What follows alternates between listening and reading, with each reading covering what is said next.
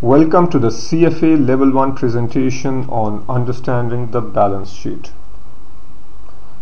In this presentation, we will first provide an overview where we will talk about components and format of the balance sheet. We'll then talk about current versus non-current assets and liabilities, measurement basis, footnotes.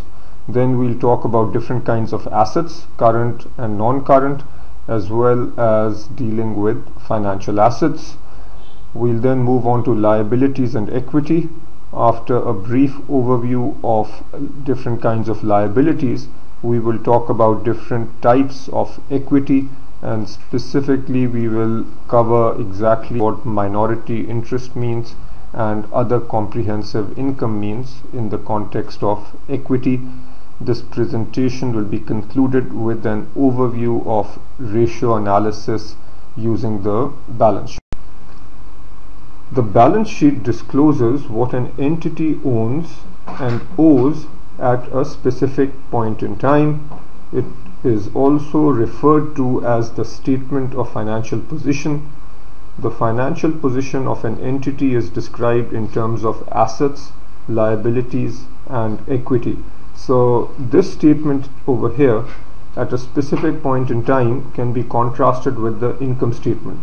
So as you just saw in the previous lecture, income statement will tell you the picture of a company over a given period, such as the year 2010, and the balance sheet will be a snapshot on a particular day, such as 31st December 2010. So the balance sheet will tell you what the assets are on that day, what the liabilities are, and what the equity is on this day. So balance sheet is like a snapshot. The components of the balance sheet: assets, liabilities, and equity. So assets are resources controlled by the company as a result of past events and from which economic benefits are expected to flow to the entity.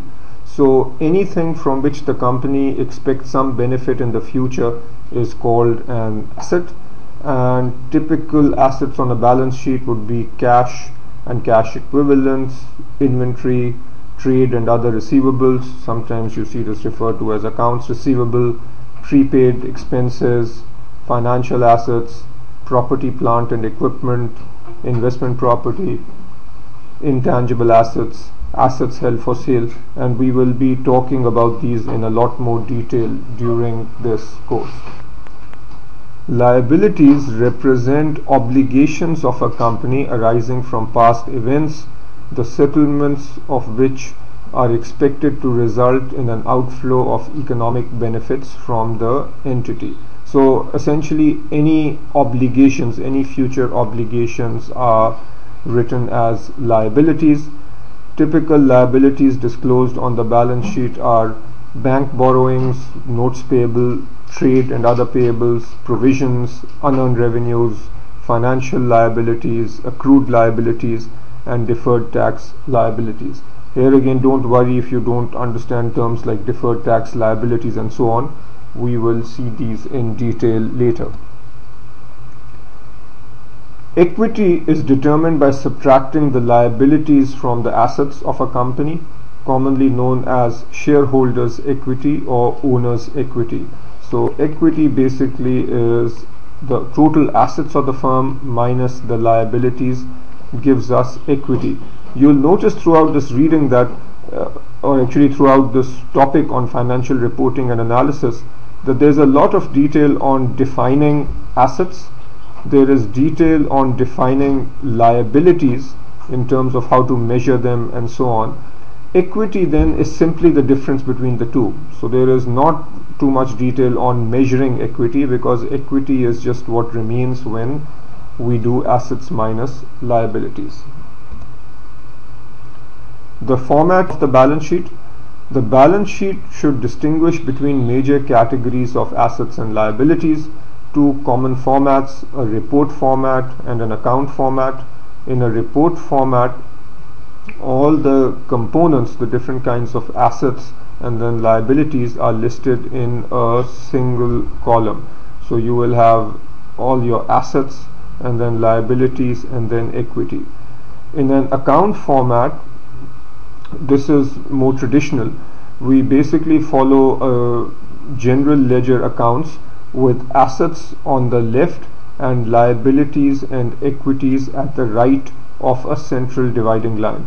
So many of us have seen this: assets on the left, liabilities and equity on the right. A classified balance sheet groups together similar items to arrive at significant subtotal. So for example, you might have cash, inventory, accounts receivable. All these are grouped together and a subtotal for current assets. Then property, plant and equipment. All the property, plant and equipment is summed together and we have a subtotal, and so on. So this would be a classified balance sheet. Current assets are assets which can be converted into cash or used up in 1 year or one operating cycle. An operating cycle could be longer than a year for an airplane manufacturer, for example.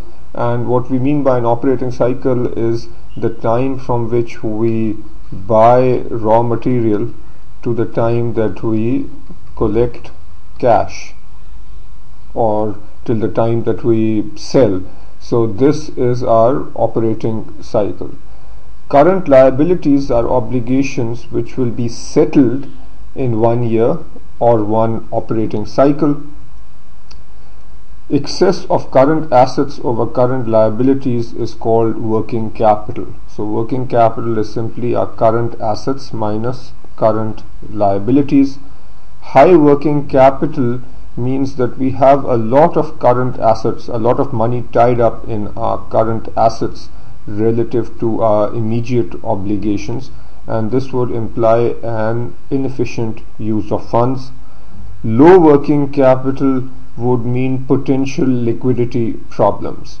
Now how high is high and how low is low really depends on the industry you are operating in, and to determine whether a given company has high working capital, we need to compare the working capital with other firms in the same industry.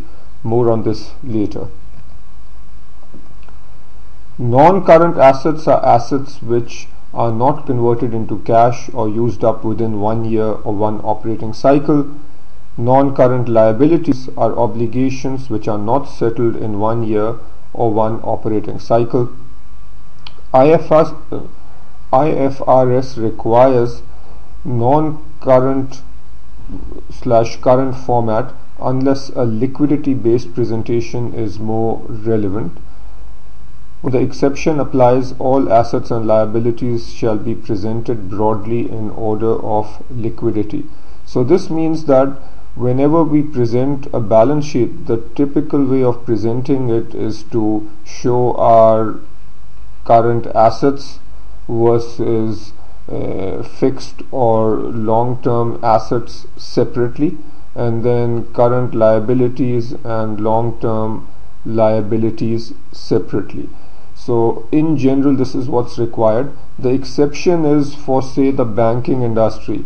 For a bank, rather than showing assets and liabilities in terms of current versus non-current, it makes more sense to simply show the assets and liabilities in terms of liquidity, where you can start with the most liquid and go down to the most illiquid, or the other way around, but basically organize your assets and liabilities by liquidity. Measurement basis.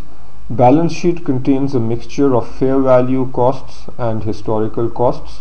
With fair value, the amount at which an asset can be bought or sold, or a liability can be settled. So a classic example would be land. Let's say that you bought land 10 years ago for $1 million, and the market value of that now is $4 million. So the question is, should you show land at the historical cost of $1 million or the current fair value of $4 million? If you were to buy that land or sell that land today, it would go for $4 million. So If we say that land is being shown on the balance sheet at fair value, it means that we are showing land at 4 million. If we say that the asset is being shown at historical cost, then that implies that we are showing it at the cost at which it was purchased. So historical cost is the value that was exchanged at the acquisition date. In limited circumstances, current costs and present value are also used, where current cost is the cost to replace an asset and present value represents the discounted value of future cash flows. So as mentioned, this is in limited circumstances. The two main types of measurement bases that you need to be aware of are fair value and historical cost. As we study assets and liabilities in more detail through this entire topic, we will define whether an asset needs to be shown on fair value or historical cost. Notes to financial statements are integral parts of both US GAAP and IFRS reporting. Now, rather than reading through this, I'll just let you know that whenever you look at, say, a balance sheet, in the balance sheet you will see assets such as inventory, property, plant and equipment and so on. So in your balance sheet there will simply be a number associated with assets such as inventory, property, plant and equipment, as well as your liabilities such as short-term debt and so on. But associated with each item there will be a footnote, and these footnotes provide a lot of detail on this number. So if inventory is 100, this footnote will give details on that inventory, as well as whether inventory is being measured on a first in first out basis, last in first out basis.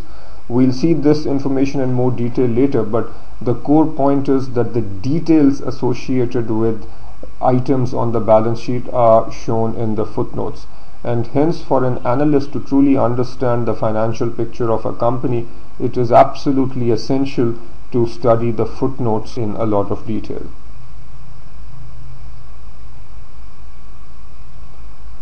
Current assets we've already talked about, but what are the typical current assets? The typical current assets are shown on the slide, and they are cash and cash equivalents, marketable securities, so these might be financial assets such as stocks, bonds, etc., accounts receivable, inventories, and other current assets such as prepaid expenses and so on. But these four types of current assets you need to be very, very familiar with. Inventory, so what we are going to talk about now is some of the major current assets. So one current asset is inventory. Inventory is measured at lower of cost or net realizable value. What this means is, let's say that you bought inventory for $10, and then let's say that the value of the inventory in the market went up. So the net realizable value is how much you could sell the inventory for. Let's say you can sell it for 15 minus the cost to make that sale possible. Let's say that's $1. So the net realizable value will be 14. On your balance sheet, inventory needs to be shown at $10 because that is the lower of cost or net realizable value. Cost is 10, net realizable value is 14, so you need to show the inventory on your balance sheet at $10. Now let's say that for some reason the market price or the amount at which you can sell this comes down to $9. The cost to sell is still 1, so the net realizable value is now 8.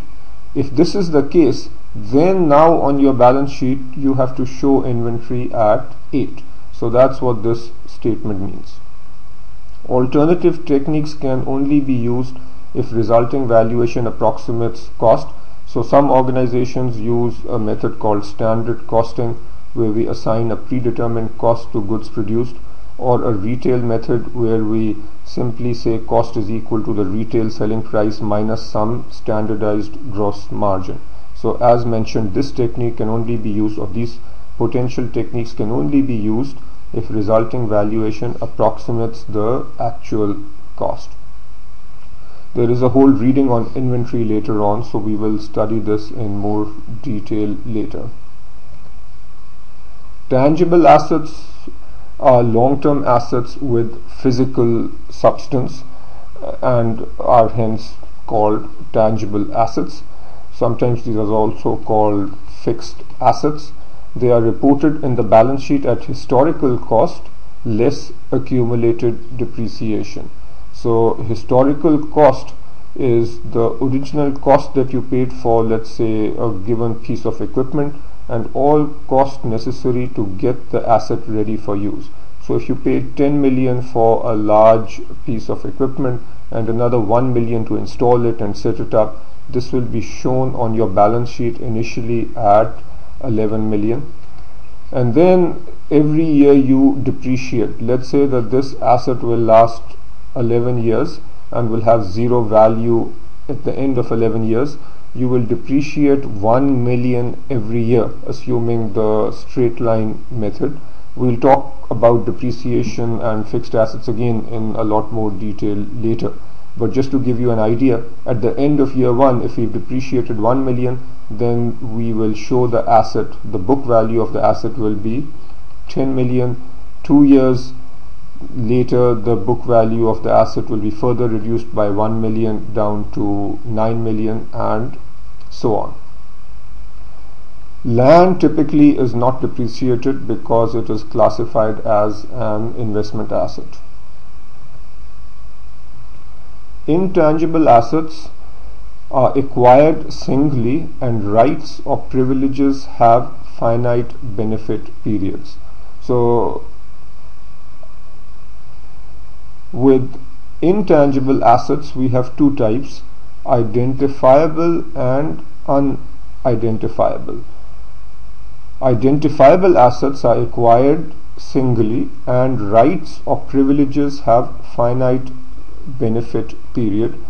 So what exactly does this mean? When you acquire a new patent or a copyright or a trademark, you might pay, say, 5 million for a new patent, and this might be valid for 5 years. So you clearly identify that you are buying XYZ patent, you know how much you are paying for it, and that patent has a certain useful life. So this would be an example of an identifiable intangible asset. These assets are amortized over the useful life. Amortization is exactly like depreciation, except it is applied to intangible assets. If you are amortizing 1 million every year, then after 1 million this asset will be worth 4 million, after 2 years it will be worth 3 million, and so on. So with unidentifiable assets, the asset is not acquired singly, and the rights benefits would not have a finite period. A classic example is goodwill.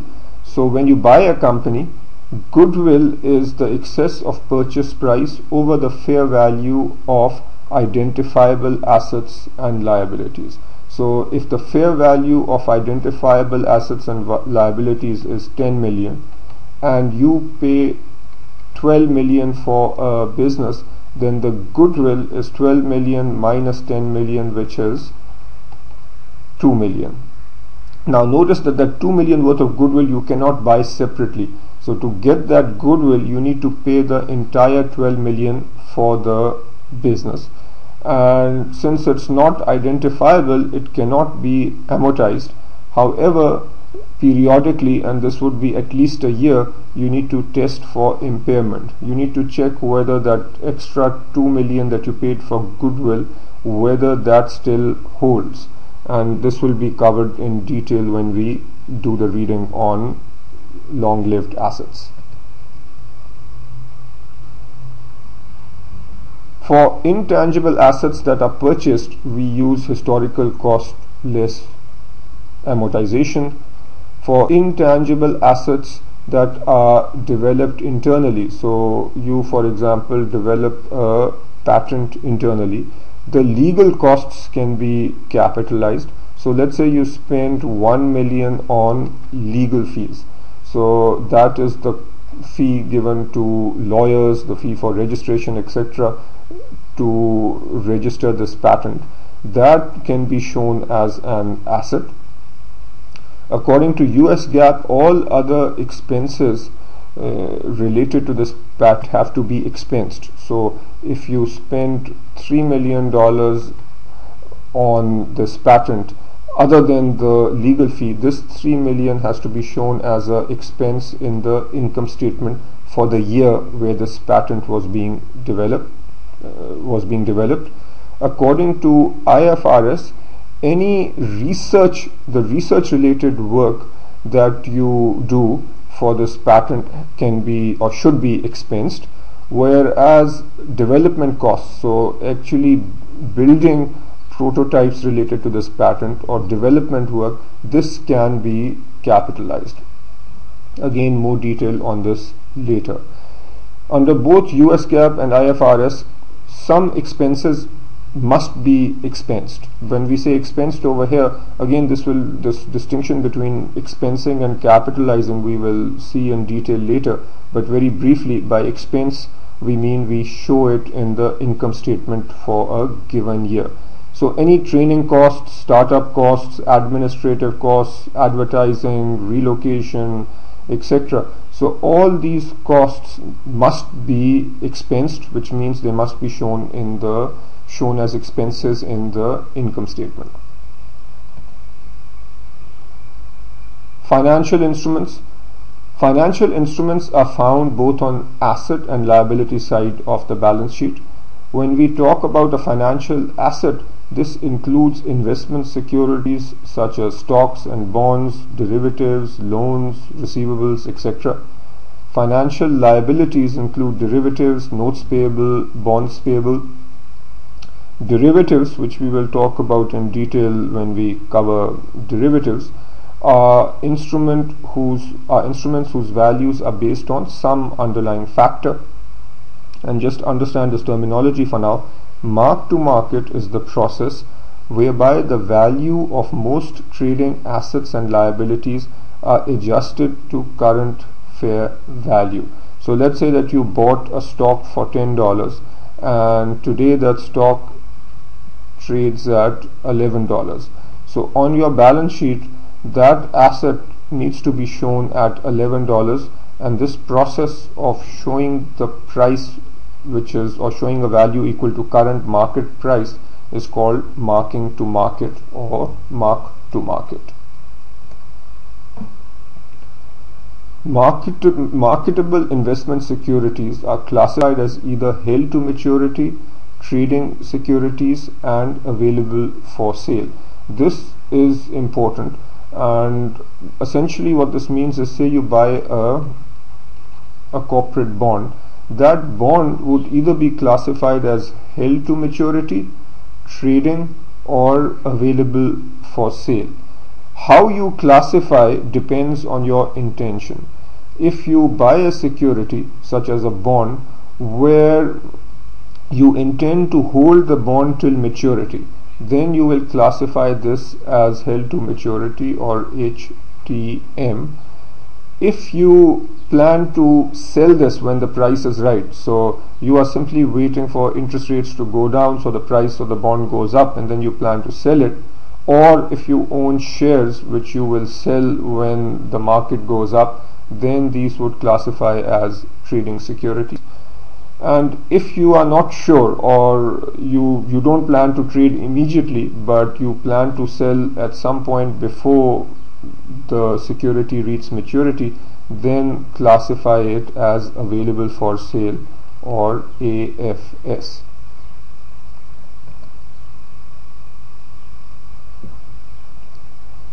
Now, how do we deal with these securities on the balance sheet and income statement? As already mentioned, there are three possible classifications. So let's say that you buy a bond, and if the bond is classified as a trading security, then on the balance sheet it must be shown at fair value. So if you bought the bond for 100 and it's now trading at 95, on the balance sheet you need to show it at 95.